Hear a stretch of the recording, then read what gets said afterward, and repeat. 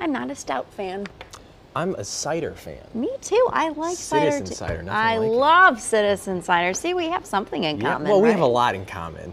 Like we're gonna have to head to slopes this week because we're getting some snow. Yeah. Actually, yeah, most of the snow will be on the slopes and not in the Champlain Valley. How about that? Oh, all right. Sounds good to me. We'll take a look. Right now, we don't have much on Storm Tracker, but a couple little showers, mainly fog. That's what we have out there right now. A lot of visibilities under a mile, but this is the storm that we are watching that's going to move in by later tomorrow. We have some heavy snow to the north of the system and blizzard warnings all across the region and rain to the south. Now, that should slowly start to come in as we head through the afternoon hours tomorrow. Now, temperatures for now are in the middle and upper 30s. We have 37 in Burlington, 35 at Saranac Lake, 37 in Rutland. So it's too warm for snow.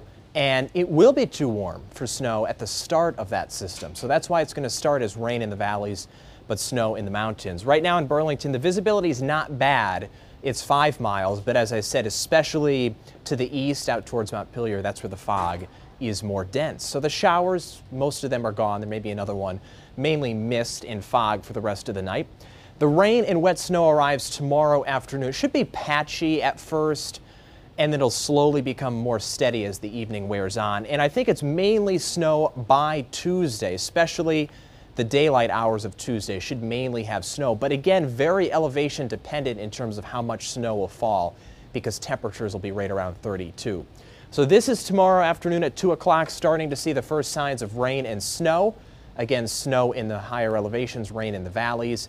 Even by 8 o'clock, I think it's just rain in the Champlain Valley and the Seaway Valley.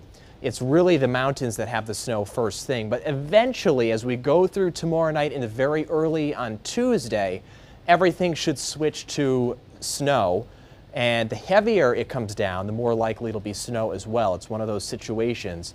The snow should continue for much of Tuesday, but I think it'll be more showery in nature on Tuesday and more confined probably to the mountains by Wednesday.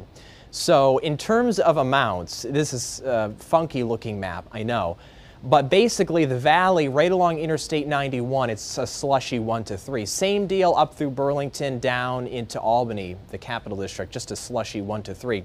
But really the mountains will get the most, a foot at a lot of the ski areas. So if you're traveling on 89, that's where there'll be more snow, more like 6 to 12 inches through the mountains, and the Adirondack should get 6 to 12. That pink there near Whiteface indicates a foot possible. Now, wind is the other thing we'll watch. Gusts 30 or 40 miles per hour possible as we go through tomorrow evening. But again, with highs mid-30s to low 40s, that's why we have the rain-snow mix, at least initially, tomorrow afternoon. So I think a lot of the roads will be slippery Tuesday morning. That's why we have the nuisance icon. Just a few snow showers lingering for Wednesday and Thursday, and it does look like it turns brighter for the end of the week. We don't have a lot of sun in this forecast, but Friday should turn out a little better. Saturday probably pretty good, low 30s, and another wintry mix in here for the end of next weekend. So a week from now, and that'll linger into the following week. Temperatures 30s and low 40s. So yeah, a lot of snow at the mountains, Jen.